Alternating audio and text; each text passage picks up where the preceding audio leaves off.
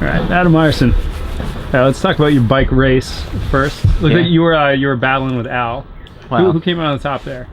Oh no, I ended up going all the way back to 12th. So I had a strong weekend. You know, I got 9th yesterday. Felt really good. Today I felt even better.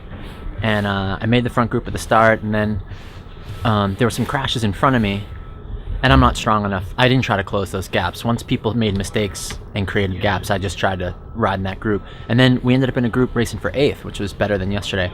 And I felt so comfortable, and I was like good enough that I wanted to like attack and make the group go harder, but I knew it was pointless. So I was just trying to ride a relaxed race and bide my time. And I even did do a little bit of chasing because I could see some people from the front group were coming back. But basically about halfway through the race, I don't know if I just relaxed too much or what, but I caught my toe spikes on the barriers. I was leading the group. Let me ask you this. That happened to a lot of people. Do you think there was a vinyl graphic that went within about 1.5 inches, 2 inches of the top? Do you think people were reading that as the top? No. I think a lot of people clipped them. Sure. They're not tall. Right. I think what happened today is barriers are in the same place and they're on sand. And so from 2 days of running over them, in effect, the barriers got taller today because the sand, there were more footholds around the barriers. So I think it's just a matter of I didn't lift my feet up high enough because I misjudged that I put my other foot in a small hole, I think. And it's just a matter of like you get lazy. I think you get programmed. And those are mistakes that I very rarely make.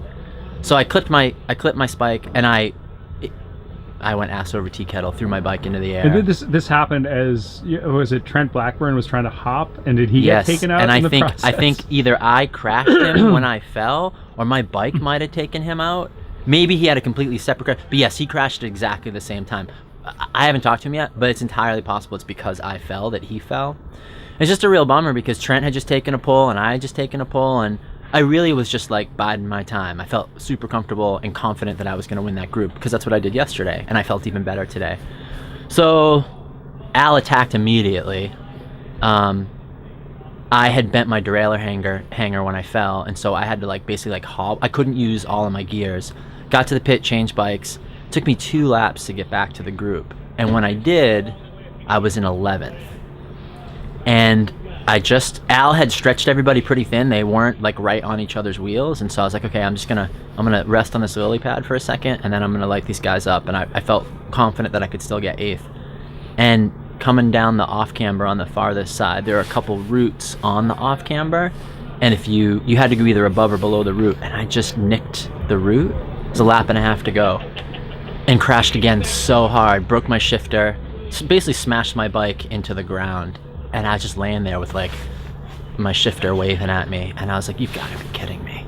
So I got up and tried to ride hard to the pit, but then I didn't have a rear brake. And it's like you can only go so fast in this course with no brakes. So I just limped in and got passed by one other person and got 12th. So it's pretty disappointing to go from feeling very confident, having maybe my best ride of the year racing for 8th, and have a bunch of things that are completely my fault turn into 12th. On other days I might have been happy with that result, to be honest, but today I felt like I was going to do something good.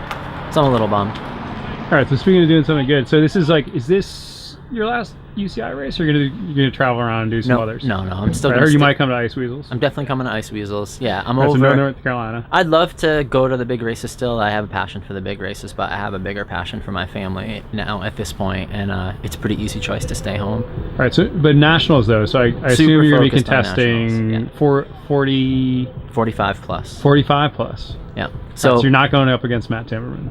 No, I'll be racing Mark Savory, I think is probably my biggest competition. Legit. Yeah.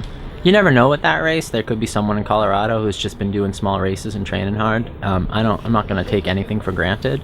But I feel like I'm racing at a pretty high level, and I think not going to North Carolina, staying home, even though I might not have like the good weather that I usually have when I go down there and do that trip to train in, not doing the travel and not having a taper for another race. Like I'm going to start burying it now.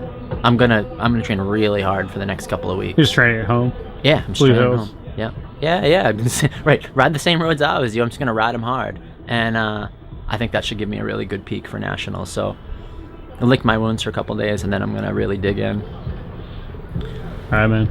We want to talk about series? I'm actually gonna swap batteries. So Okay, this is so- part 1. Okay. All right, look for part 2. I'll put a different hat on.